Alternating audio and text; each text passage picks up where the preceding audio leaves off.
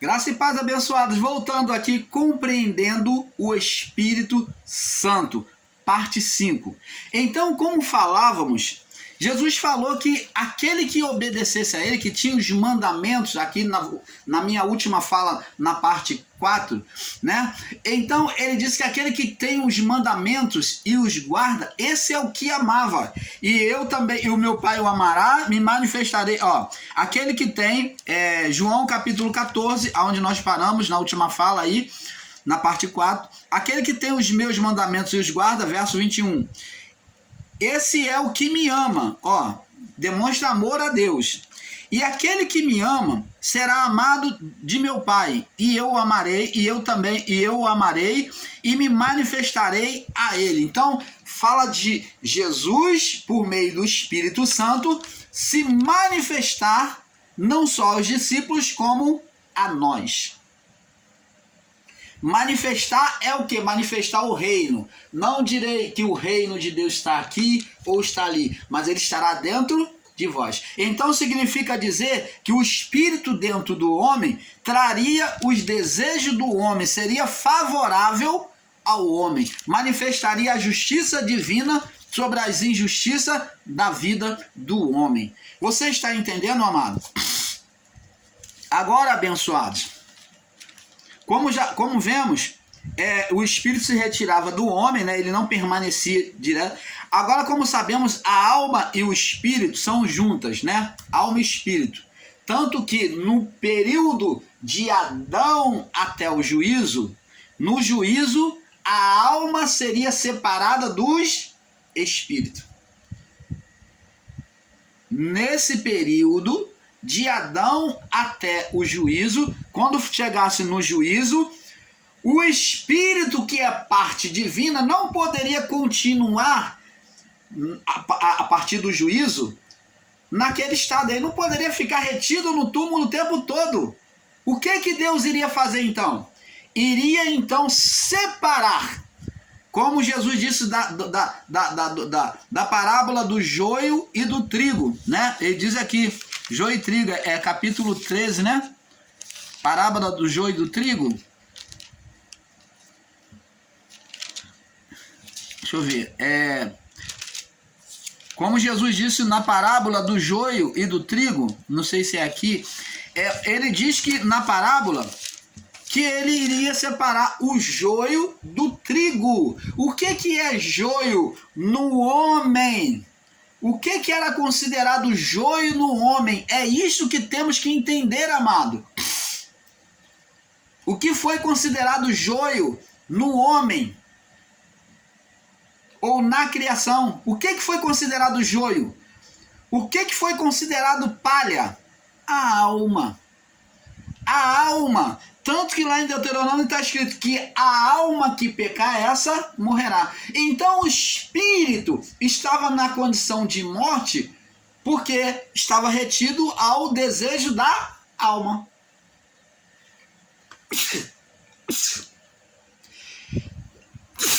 Me perdoe, amados. É o vento aqui. Vira e mexe, o irmão Paulo tem essas crises de espirro, né? Me perdoe, eu sou humano. Aqui é tudo preto no branco. Não tem aparatos, não tem nada disso. O importante é a palavra que vai alimentar a sua vida. É o entendimento da palavra. Não estou preocupado com a aparência. Se espirro, se tuço. Não estou preocupado com isso. Se você está, então você está no canal errado. Você está querendo aparatos no canal, então você está no canal errado. Pode pular para outro canal. Me perdoe a minha verdade. Então, abençoados, como estávamos falando, a alma do homem é que seria separada do espírito no juízo. Por isso o juízo para queimar a palha. Existe irmãos aí, em graça, que diz que o inferno não existiu de Adão até o juízo. Que o inferno não existiu no juízo. Como que não pode que não existia inferno? Como que Deus iria separar? Oh, amados, como que Deus iria separar a alma, libertar a alma, separar o espírito da alma?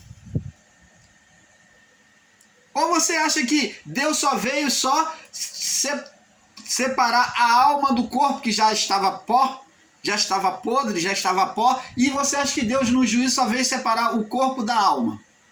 Não. O tempo todo Jesus disse: temei não os que matam o corpo, mas temei também aquele que pode matar a alma. Por que ele disse pode? Porque a alma que fosse má, ela iria ser queimada. E a alma que fosse boa? Ela não, ela ia direto para o Pai. Porque essa alma boa seria uma nova alma, identificada como a alma de Cristo. Essa não iria sofrer sentença, não precisava separar se não existia maldade. O que não pode subir para os céus, é isso que a palavra está dizendo, seriam os sentimentos malignos, amado. Você está entendendo? Vamos aqui no Beabá? Vamos aqui no Beabá.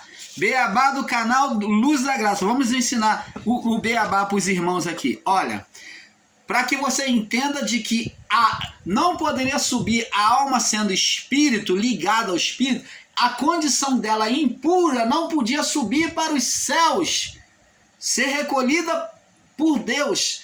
Então, Deus tinha que, por isso que Paulo disse, porque a palavra de Deus é viva e eficaz. Ela iria fazer essa transformação, essa cirurgia. É mais cortante do que a espada de 2 gumes, a ponto de dividir. Junta, separar. Junta e medula, falando da vida humana. Tirar, separar o povo de Deus do entendimento errado, de fazer divisão entre o povo de Deus e o povo ímpio. E junta e medula, está falando da parte humana. Agora ele vai falar da parte espiritual agora, mais profundo. Alma e espírito, ele vem separar alma e espírito. Por quê? Porque alma não pode subir para Deus impura. Ela tinha que morrer, como está escrito no livro de Deuteronômio. A alma que pecar, todas as almas que iriam para o inferno, iria sofrer o fogo eterno? Não. Mas somente a alma impura, que não iria subir para Deus. Mas todas as almas de Adão até o juízo, ou de Adão, vamos corrigir, todas as almas de Adão até a cruz, enquanto Cristo não cumpriu a cruz, o castigo da cruz, não subia. A partir da cruz, os espíritos dos santos, as almas dos santos, foram para Deus. Por quê? Ali foi estado de purificação. Apesar de que devemos considerar que as almas em si trazia condenação de morte espiritual. É a alma que trazia. Então, somente pelo Espírito de Deus, pelo Espírito de Cristo, pela alma de Cristo, justificando, é que os espíritos voltaram para casa. Ali nem a alma pode subir. A única alma que subiu pura, a única alma que subiu a única vida que subiu ali foi o ladrão da cruz. Subiu no mesmo dia. Você vê que o ladrão da cruz, ele no mesmo instante falou, Jesus falou: em verdade te digo, hoje mesmo estarás comigo no paraíso. Por que o ladrão não ficaria preso ali à sepultura? Porque o Espírito de Cristo já iria justificar. Então, agora, o Espírito, a alma daquele homem, já seria justificada por Deus, com uma nova alma, com um novo Espírito. Você está entendendo, amado? Agora vamos aqui no Beabá, aqui, para termos entendimento. Quando o homem pecou, A alma que trazia condenação, ela não podia subir suja para Deus. Ó, não podia haver. E Deus não aceita impureza lá em cima. Não existe. Está aqui a prova de que nunca existiu um ser que se rebelou lá em cima. Nunca existiu um mal que Deus trouxe para a terra. Essa teoria é totalmente falha, errônea. Diz aqui, ó, Gênesis capítulo 3 e verso 22. Após o pecado do homem, né? E vamos ver do 21 em diante. E fez o Senhor Deus a Adão e a sua mulher túnica de peles e o vestiu, porque se viram nu após o pecado. Agora observa bem, abençoados. Disse o Senhor Deus: eis que o homem é como um de nós. Como um de nós como? Aí vem a resposta aqui, ó. É só observar. No que ele estava dizendo que Deus estava sendo, ele estava sendo igual? Aqui vai dizer a resposta: sabendo bem, conhecedor do que é bem e conhecedor do que é mal. Então Deus conhece o bem e o mal, ele domina o bem e o mal? Domina. O homem domina o bem e o mal? Nem sempre. Muitas das vezes não conseguimos dominar o mal que há em nós. Como o próprio Paulo diz: ó miserável homem que sou, aquilo que eu não quero, isso eu faço. Ele diz assim: quem me livrará desse corpo de morte? Né? Então ele, para poder se dominar, ele disse: aquilo que eu não quero, isso eu faço. Aquilo que eu quero, isso eu não faço. Então, sabendo bem o mal, aí diz aqui: ora, Deus falando, para que não estenda a sua mão e tome também da árvore da vida e coma e viva eternamente. Agora, o homem com a alma impura, o espírito impuro. Por que espírito? Porque alma e espírito, os dois eram um. Bem explicadinho? Bem explicadinho. Tá entendendo? Tô entendendo. Então, é o beabá do canal Luz da Graça para muitos que não entendem. Então, o espírito e a alma sendo juntas, os dois são um, porque a alma vem do espírito, é a vida dada pelo espírito que vem de Deus, né? Então diz aqui, ó, para que o homem não estenda a sua mão e tome também da árvore da vida e come e viva eternamente. O Senhor Deus, pois, o lançou fora do Éden para lavrar a terra que fora tomada. E havendo lançado fora, o homem pôs querubins no oriente do Éden. Nos céus, pode entrar alma impura? Não. Por isso que Paulo fala que a palavra de Deus é mais cortante, a ponto de dividir junta, como espada de dois gumes, a ponto de dividir junta e medula, alma, separar a alma, separar a alma do espírito, dizendo que a alma não subiria, porque nela existia sentimentos malignos. Com essa cirurgia, com esse método agora, pela lavagem da palavra, então agora o espírito subiria tranquilamente, limpo, sem condenação para o Criador. Você está entendendo, amado? Então, alma nenhuma poderia chegar diante do Pai. Por quê? Porque todas as almas, ou todos os espíritos, sendo os dois juntos, estavam em estado de condenação, de morte espiritual. Ao olhar de Deus, Deus via impuro, mas somente com a imagem do novo Adão executado na cruz, que foi Cristo, agora Deus olhava a criação, viu uma maneira de trazer de volta aquilo que era dele. Os espíritos do homem para si. Então, olhando para Cristo, que a condenação veio por Adão, até o juízo. Então, por meio de Cristo, agora, Deus vê nessa imagem uma outra imagem que não traz mais um ato de ira mais contra o homem. Você está entendendo, amado? então a partir do juízo, não traz mais ira para Deus a carnalidade do homem. Por quê?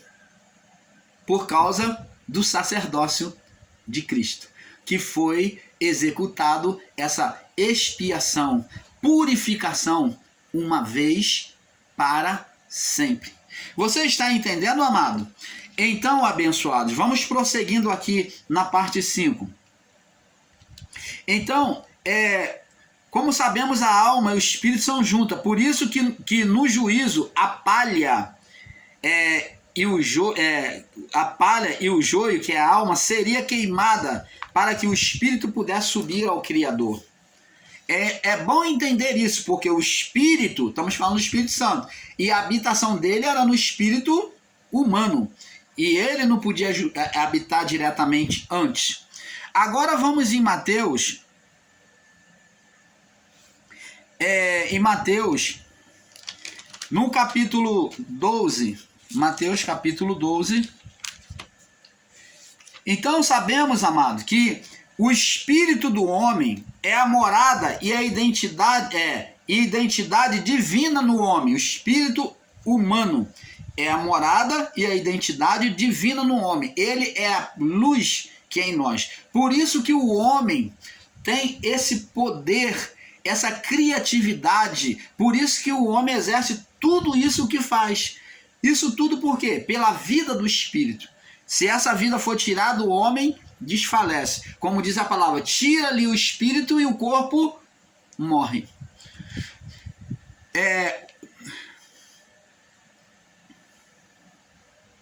Então, o espírito que é a morada da identidade divina no homem, onde pelo Espírito de Deus falava, pelo Espírito Deus falava e se mostrava ao homem, pelo Espírito. Vamos ver agora Mateus 12. Mateus 12, no verso 43,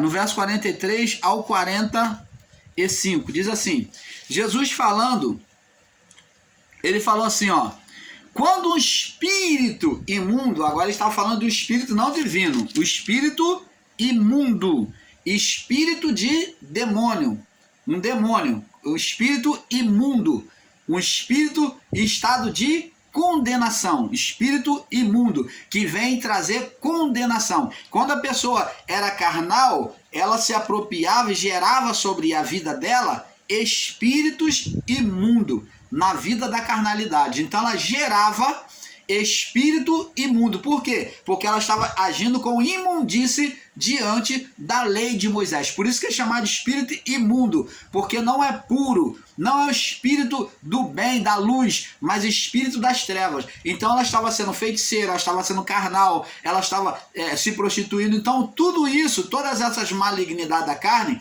gerava espírito imundo, mediante a lei de Moisés. É considerado espírito imundo. Então foi gerado esse espírito. Quando o espírito imundo, que é gerado pelo homem, tem saído do homem, saído por quê? Aqui não fala que ele entra, mas está falando sair, porque é o estado onde ele é gerado. Ele fica habitando dentro pela vida da alma. Quando o espírito imundo tem saído do homem, anda por lugares áridos buscando repouso e não os encontra. Então, aqui vemos que o espírito foi gerado, esse demônio, e ele, quando é expulso, ele sai do homem, está falando de uma expulsão, dele deixar a sua casa, aquela vida humana. Ele diz, ele sai do homem, anda por lugares árido, deserto, procurando repouso e não encontra. Então ele diz, voltarei para a minha casa de onde saí. Então ele deseja agora voltar para a casa dele.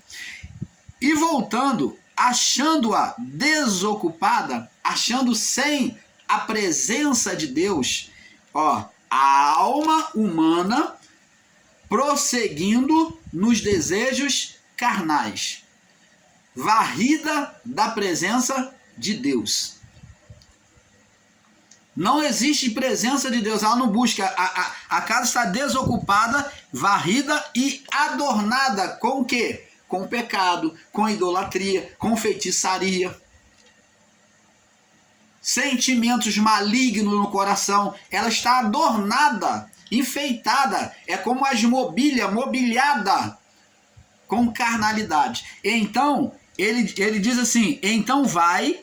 45. Leva consigo, ele vê uma oportunidade para que ele não saia mais, esses demônios. Leva consigo outros 7 espíritos piores do que ele. E entrando ali, habitam ali. E são os últimos atos deste homem piores do que o primeiro. Tá vendo que ele vai ser mais carnal ainda? Assim acontecerá a esta geração má. Por isso que quando Jesus expulsava demônios de alguns... ele falava, olha, vai e não peques mais para que não te suceda coisa pior.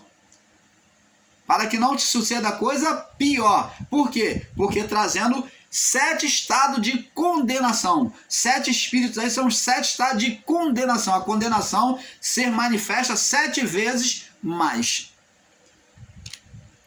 Aonde? Dando legalidade aos espíritos imundos. Então, abençoado, os espíritos faziam habitação na alma, pela carne. Os espíritos malignos, os demônios, não fazem habitação no espírito do homem. O espírito do homem é morada de Deus. Só Deus habita no espírito humano. Mas a habitação dos espíritos malignos, quando se manifestam no homem, quando vive pela vida humana, eles habitam na alma, pela carne, manifestando os desejos carnais. É a alma da pessoa que fica desgraçada, a vida do corpo dela. Então os sentidos da sua vida profissional, espiritual, financeiro, familiar, todas as áreas da sua vida vai sendo influenciadas por forças invisíveis, malignas, aonde a pessoa não entende o que está acontecendo. Por quê?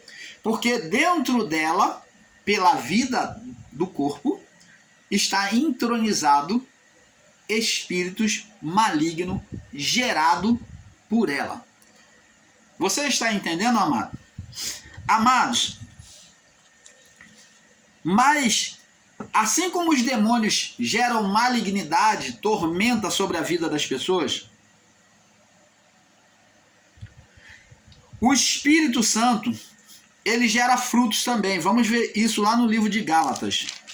Gálatas, vamos ver no livro de Gálatas.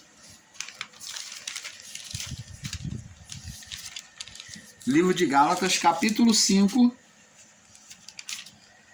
no verso 22, 23. Diz aqui, ó. Paulo falando sobre, ele fala sobre, ó, vamos ler do verso 16. Exortação a viver segundo o Espírito. Diz aqui, ó.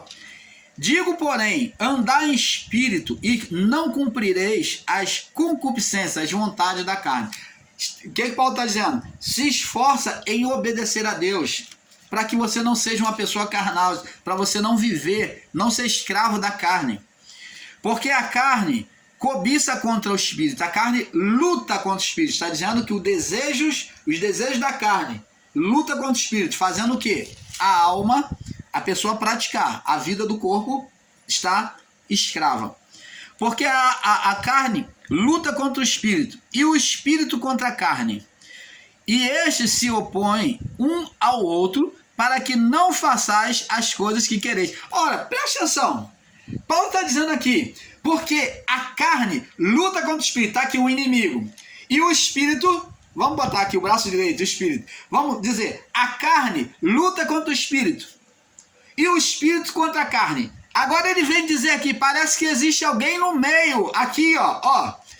Existe agora uma outra vida no meio. Ele diz aqui, para que não façais quem? Ó, a alma, ó. Carne, alma e espírito. Para que não façais, ó, para que você não vai pro lado que você quer. Para que não façais o que é o vosso querer.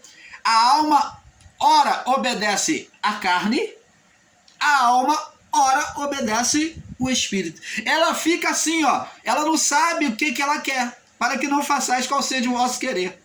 Ela não tem vontade própria. É isso que Paulo está dizendo.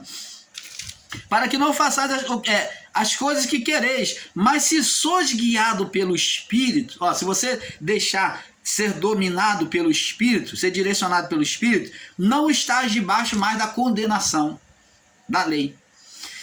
Porque as obras da carne são manifestas. Quais são? Quais são as obras da carne? Ó, adultério, fornicação, impureza, lascívia, idolatria, feitiçaria, inimizades, contendas, ciúmes, ira, pelejas, dissensões, heresias, invejas, homicídios, bebedices, glutonaria, coisas semelhantes a esta, ou, não é só isso não, o que ele está dizendo, tá vendo? Ou coisas semelhantes a essa, ó, e tem as outras que eu não falei, ele está dizendo, as coisas que eu não falei, ó, coisas semelhantes a esta, acerca dos quais de antemão vos declaro, ó, vos declaro, como também já antes vos disse, que os que cometem tais coisas, que praticam tais coisas, não herdarão, ó, não verão o reino de Deus. Você não vai ver a manifestação do reino nesta vida, né? No caso, eles não iriam herdar o reino de Deus, que era a vida eterna. Mas o fruto do Espírito é... Mas o fruto do Espírito é amor, gozo, paz. Ué, presta atenção, parece que está errado aqui. Mas o fruto, não é os frutos, não? Não é os frutos, não? Não, porque o Espírito é um só. O Espírito aqui está sendo colocado como uma árvore da vida, que é Jesus. A árvore da vida, o fruto do Espírito é... A árvore da vida é uma só. Ela produz várias dons, várias manifestações, mas somente como um fruto. Mas o fruto do Espírito está no singular, porém ele traz várias manifestações. É um com várias manifestações. Amor, gozo, paz, longanimidade, benignidade, bondade, fé, mansidão, temperança. Contra essas coisas não há lei. Você está vendo? Não há condenação. E os quais são de Cristo crucificaram a carne com as suas paixões. Eles se negaram a si mesmo, A alma não obedeceu a carne, não foi após a carne, mas a alma foi tendenciosa para a vontade de Deus. Se vivemos no Espírito, andemos também no Espírito. Não sejamos cobiçosos, desejosos de vanglória, irritando uns aos outros, praticando o quê? A ira a uns aos outros, invejando uns aos outros. Você está vendo, amado? Oh, abençoado de Deus. Então, abençoados, vamos entendendo que o fruto aqui, a palavra fruto está no singular, mas que tem várias manifestações nele. Agora, vamos entendendo aqui. Amado, somente pelo Espírito Santo é que o homem pode permanecer firme na presença de Deus. Por esse motivo que Jesus viver em jejum e oração, onde Jesus buscou dominar a sua carne, buscando sempre a comunhão com o Espírito Santo. Por isso Jesus no Getsêmani falou para os seus discípulos orar e vigiar. Mateus 26, vamos lá em Mateus 26, no verso 41, 26, 41, ele diz aqui, ó, Jesus orando no Getsêmani, né? Vamos ler